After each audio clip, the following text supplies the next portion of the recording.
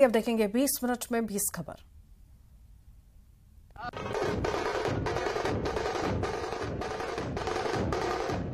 इंदौर में 3 दिनों तक चलने वाले प्रवासी सम्मेलन का भव्य संगीतमय आगाज हुआ। 70 देशों के 3200 प्रतिनिधि इस सम्मेलन में शामिल हो रहे हैं। सीएम शिवराज ने सम्मेलन का शुभारंभ करते हुए सम्मेलन को संबोधित किया और इस मौके पर इंदौर में आपका स्वागत है। एमपी की 8 करोड़ जनता की तरफ से सीएम ने प्रवासी भारतीयों का स्वागत किया। कहा, ये सिर्फ शब्दों में नहीं, ये आत्मीय स्वागत और भावनाओं का प्रकटीकरण इंदौर की सड़कों पर दिख रहा है। भारतीयों की क्षमता से आज पूरा विश्व परिचित है। इससे गूगल, माइक्रोसॉफ्ट, एडोब जैसी बहुराष्ट्रीय कंपनी में भी भारतीय ही भारतीय नजर आते हैं।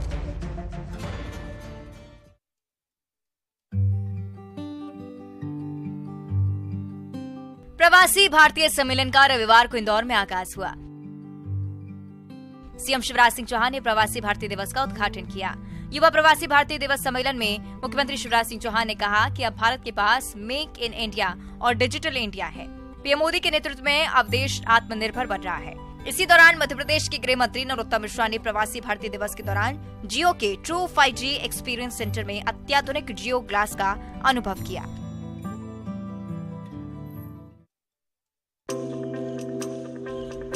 इंदौर में 3 दिन चलने वाला प्रवासी भारतीय सम्मेलन शुरू हो गया है। पहले दिन युवा प्रवासी भारतीयों के सेशन को संबोधित करते हुए केंद्रीय मंत्री अनुराग ठाकुर ने कहा कि आप इंदौर आए हैं तो एक बार समय निकालकर सराफा बाजार जरूर जाएं।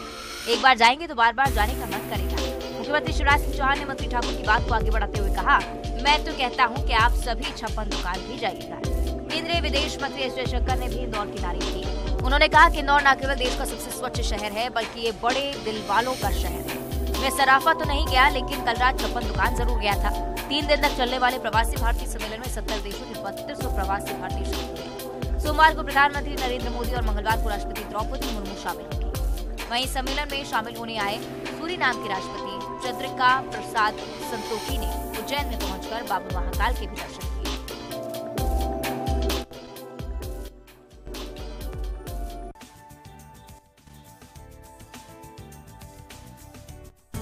छत्तीसगढ़िया ओलंपिक की राज्य स्तरीय प्रतियोगिता का आज आगाज हो गया। उद्घाटन राजधानी रायपुर के बलबीर सिंह जुनेजा इंडोर स्टेडियम में हुआ।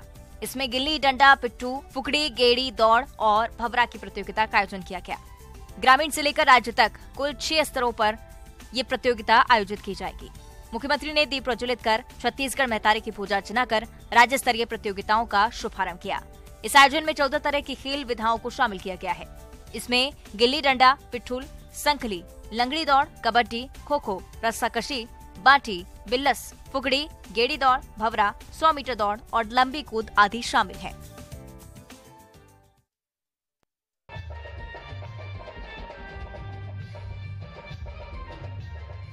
मुंगेली में धूमधाम से मां परमेश्वरी महोत्सव मनाया जा रहा है। 7 दिनों तक चलने वाले इस महोत्सव में देवांगन समाज के लोग बड़ी धूमधाम और भक्तिभाव से मां परमेश्वरी की पूजा अर्चना करते हैं। आज यहां भव्य यात्रा निकाली जाएगी, जिसमें प्रदेश भर से देवांगन समाज के 10,000 से ज्यादा लोग शामिल होंगे। ऐसे में शोभा यात्रा के लिए पुलिस प्रशासन ने व्यापक इंतजाम कर रखे हैं। नगर देवांगन समाज द्वारा मां परमेश्वरी महोत्सव और युवक युवती परिचय सम्मेलन का आयोजन 29 जनवरी को किया जा रहा है। आयोजन को लेकर प्रचार जारी है। तैयारियों को लेकर नगर देवांगन समाज द्वारा शनिवार को बैठक रखी गई है। बैठक में विभिन्न विषयों पर चर्चा होगी। समाज के अध्यक्ष दयावान देवांकर ने बताया कि उसकी टीम सतत रूप से स्वजातीय बंधुओं से संपर्क बनाए हुए है। रोजाना दोपहर 2 बजे से शाम 5 बजे तक कार्यक्रम का आमंत्रण पत्र भेजकर दान स्वरूप सहयोग राशि प्राप्त की जा रही है। 29 जनवरी को कार्यक्रम का आयोजन पद्मश्री गोविंद राम निर्मलकर ऑडिटोरियम में होगा।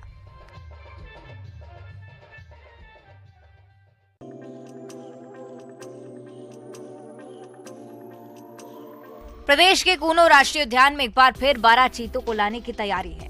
वहीं कूनो के जंगल में बसे गांव के लोगों का अब तक विस्थापन नहीं हुआ है, जिसके बाद से ग्रामीणों में जंगली जानवर को लेकर भय पैदा हो गया है। ग्रामीणों ने जल्द से जल्द अच्छी जगह विस्थापन करने की मांग की। आपको बता दें कि कूनो उद्यान के जंगल के बीच बसे इस गांव में 128 परिवार के करीब 556 लोग रहते हैं। वहीं इस उद्यान के अधिकारियों का कहना है कि उद्यान में बाहरी लोगों के आने पर प्रतिबंध लगा दिया गया है, जबकि जल्द ही ग्रामीणों को विस्थापित कर दिया जाएगा।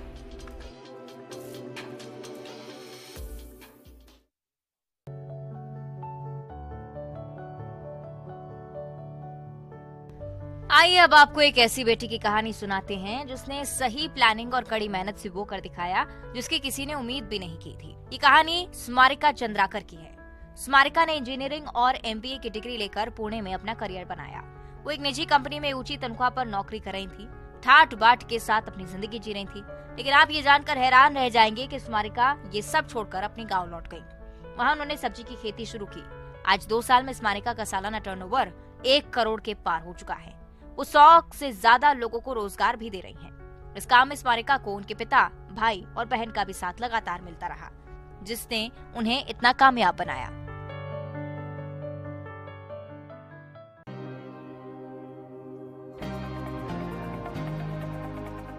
और अब चलेंगे नर्मदापुरम, जहां के सतपुड़ा टाइगर रिजर्व में जंगल सफारी के दौरान अक्सर सैलानियों को रोमांचित करने वाले नजारे देखने को मिल रहे हैं। बीते दिनों जब सफारी के दौरान भालू परिवार की मस्ती सैलानियों को देखने को मिली तो सभी रोमांच से भर गए और जिप्सी रोककर वीडियो बनाने लगे। सतपुड़ा टाइगर रिजर्व में जंगल के रास्ते पर भालू का परिवार मस्ती करता हुआ पर्यटकों को नजर आया। पर्यटकों को भालुओं की मस्ती देखकर खूब मजा आया। शेयर किया वीडियो करीब 1 मिनट 30 सेकंड का है, जिसमें 3 भालू नजर आ रहे हैं। इसमें से एक भालू जमीन खोद रहा है। उसने कुछ ही देर में काफी जमीन खोद दी। दूसरा भालू बैठा हुआ है। तीसरा भालू उल्टा होकर लेटा हुआ है। इस मनमोहक तस्वीर को पर्यटकों ने अपने मोबाइल कैमरे में कैद किया।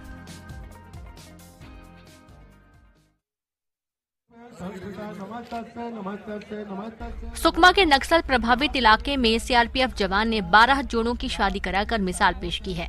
जिले में नक्सल मोर्चे पर तैनात CRPF 2 बटालियन ने एक NGO की मदद से गरीब 12 आदिवासी जोड़ों की शादी करवाई, जिसमें मंत्री कवासी लखमा शामिल हुए। सभी जोड़ों को आशीर्वाद दिया गया। बता दें कि जिला मुख्यालय स्थित मिनी स्टेडियम में CRPF 2 बटालियन में तैनात जवान ने एक NGO की मदद से 12 जोड़ों की शादी करवाई। CRPF की इस पहल की हर कोई तारीफ कर रहा है।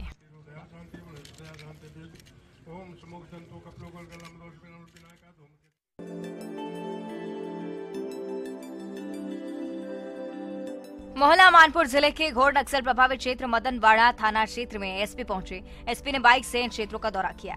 मुंजाल, चावर गांव और कुंडकल गांव में SP ने शासकीय स्कूल में पढ़ रहे बच्चों से चर्चा की। तीनों गांव के स्कूलों में बच्चों को जूते बांटे। जूते मिलने के बाद जहां बच्चे खुश दिखाई दिए तो वहीं गांव वाले भी फूले नहीं समा रहे थे। SP का कहना है कि क्षेत्र का हम लगातार दौरा कर रहे हैं। अब इन क्षेत्रों में विकास के कार्य शुरू हो गए हैं।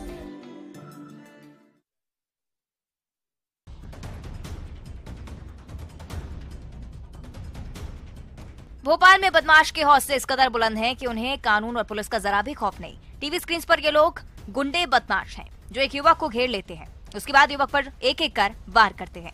इन बदमाशों के हाथों में पत्थर, डंडा और चाकू है। पहले पीड़ित युवक की बदमाशों से झड़प होती है। देखते ही देखते झड़प इतनी बढ़ जाती है कि बदमाश युवक की पीठ में चाकू घोंपकर भाग जाते हैं। ये पूरी घटना CCTV में कैद हो गई। बता दें कि बदमाशों ने युवक को छेड़खानी के शक में चाकू मारा। चाकू मारने वाले बदमाश आदतन अपराधी हैं। ये पूरी घटना चांदबाड़ी इलाके की है। फिलहाल पुलिस ने मामला दर्ज कर आरोपियों की तलाश शुरू कर दी है।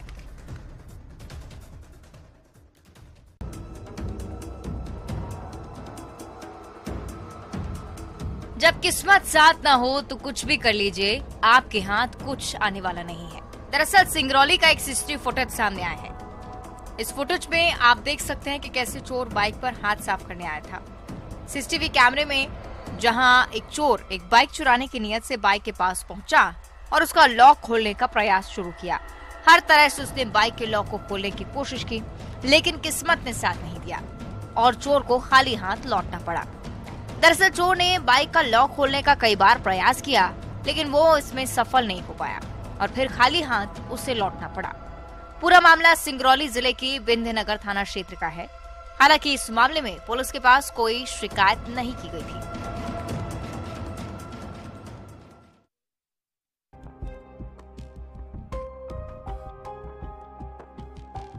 जशपुर के पत्थल गांव से आगजनी की भीषण तस्वीर सामने आई है। तस्वीरों में साफ दिख रहा है कि कैसे ट्रक आग की लपटों से घिरा हुआ नजर आता है। चंद सेकंड में पूरा का पूरा ट्रक जलकर खाक हो जाता है। बता दें कि जिले में चावल से लदे चलते ट्रक में अचानक से भीषण आग लग जाती है। आग लगने के बाद ट्रक धू धू कर जलने लगता है। हालांकि ट्रक चालक क्लीनर कूदकर अपनी जान बचा लेते हैं। ट्रक पत्तल गांव से अंबिकापुर की तरफ जा रहा था, तभी ये घटना हो गई।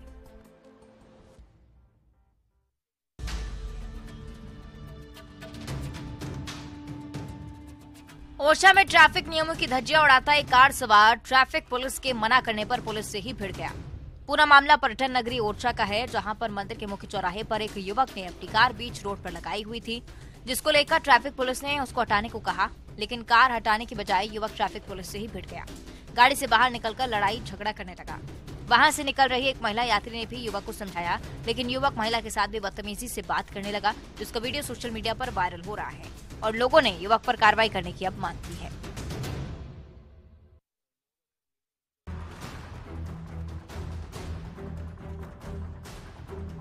छत्तीसगढ़ में एक और हाथी की मौत हो गई। महासमुंद में शनिवार रात हाथी का शव मिला है। बता दें, नारायण सिंह जलाशय कोडार के बाईं तट नहर में विद्युत करंट की चपेट में आने से एक नर हाथी की मौत हुई है। घटना 7 जनवरी की रात 9 से 10 बजे की है। मौत की सूचना हाथी गश्त दल को जैसे ही मिली, वैसे ही वन विभाग के अधिकारियों के बीच हड़कंप मच गया। बता दें कि रात 11 बजे रायपुर और महासमुंद से वन अमला घटनास्थल पर पहुंचा और जांच की। इन दिनों वन्य प्राणियों का शिकार करने वाला गिरोह भी क्षेत्र में सक्रिय है। इसी को देखते हुए कोडार जलाशय के पास 11 केवी विद्युत लाइन में हुकिंग कर तार बिछाए गए थे। घटना तब हुई जब 2 हाथी गरियाबंद जिले के महासमुंद के रास्ते सिरपुर क्षेत्र की ओर बढ़ रहे थे। इसमें एक दंतेल हाथी शिकारियों के द्वारा बिछाए गए तार के संपर्क में आ गया, जिससे नर हाथी की घटनास्थल पर ही मौत हो गई।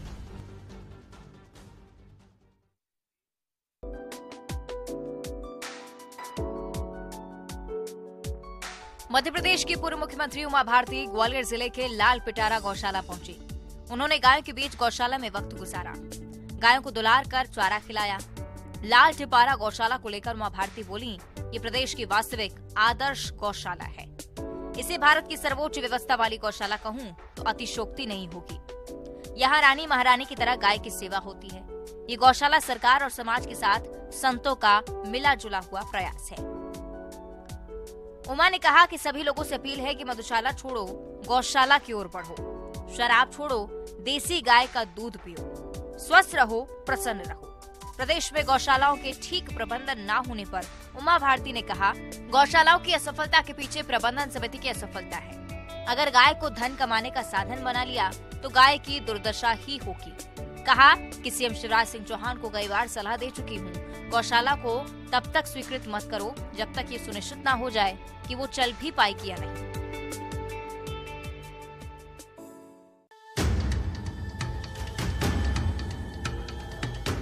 कोरबा के जंगलों में लकड़ी तस्कर एक बार फिर सक्रिय हो गए हैं। वन मंडल कोरबा की टीम ने गेराव गांव के जंगल में कार्रवाई करते हुए एक पिकअप वाहन को जब्त किया, जिसमें करीब 9 सागौन की लकड़ी मौजूद थी। तस्करों ने इन लकड़ियों को 24 टुकड़ों में काटकर पिकअप वाहन में लोड किया था।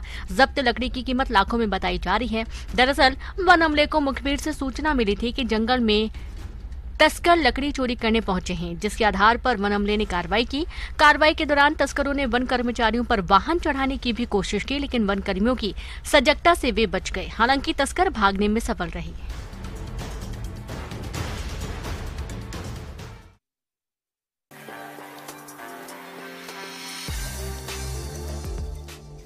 छत्तीसगढ़ का प्रयागराज राज्य में त्रिवेणी संगम का अस्तित्व खतरे में है। यहाँ देश के अलग अलग राज्यों से लोग स्नान, दान, अस्थि विसर्जन आदि कर्मकांड के लिए पहुँचते हैं। ये तस्वीर चिंताजनक है कि नदी में चारों तरफ कचरों का अंबार फैला हुआ है। बदबू की वजह से हैजा या गंभीर बीमारी फैलने का खतरा भी बन रहा है। नदी में पानी की जगह प्रदूषित पानी, रेत की जगह कीचड़, नालियों और राइस मिलों का गंदा पानी बहता है। लाखों करोड़ों रुपए नदी में मेले के नाम में हर साल खर्च किए जाते हैं, पर अस्थि विसर्जन करने आए लोग यहाँ की स्थिति देख चौंक जाते हैं। राजीव नगर पंचायत अधिकारी का कहना है कि लगातार सफाई का अभियान चलाया जाता है, लेकिन स्थिति कुछ और बता रही है। वहीं जल संसाधन विभाग की ओर से इस ओर ध्यान नहीं दिया जा रहा।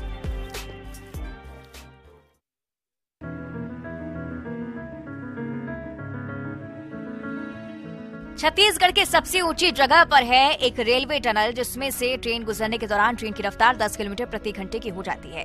वहीं उसी के साथ लगे टनल से ट्रेन 45 किलोमीटर प्रति घंटे की रफ्तार से चलती है। आखिर क्यों इस टनल में आकर ट्रेन की रफ्तार धीमी हो जाती है? दरअसल ट्रेन से पेंड्रा से बिलासपुर जाने के दौरान कोडरी और भनवार टंकी बीच छत्तीसगढ़ की सबसे ऊंची जगह घने जंगलों और पहाड़ियों के बीच बनी टनल है। 1907 में अंग्रेजों द्वारा कटनी से बिलासपुर को जोड़ने के लिए 331 मीटर पहाड़ में सुरंग बनाकर एक टनल बनाई गई थी, जिसका उपयोग आज 115 सालों बाद भी हो रहा है। इस टनल से जब भी कोई ट्रेन गुजरती है तो उसकी रफ्तार 10 किलोमीटर प्रति घंटे की हो जाती है, जबकि इसके किनारे लाइन दोहरीकरण के दौरान 1966 में यहीं अप लाइन पर दूसरी सुरंग बनाई गई। इसकी उम्र पुरानी सुरंग से 59 साल कम है और लंबाई 109 मीटर ज्यादा, लगभग 441 मीटर। इतनी लंबी होने के बाद भी इस टनल से ट्रेन 45 किलोमीटर प्रति घंटे की रफ्तार से निकलती है, वहीं पुरानी टनल से रफ्तार 10 किलोमीटर की रफ्तार रहती है।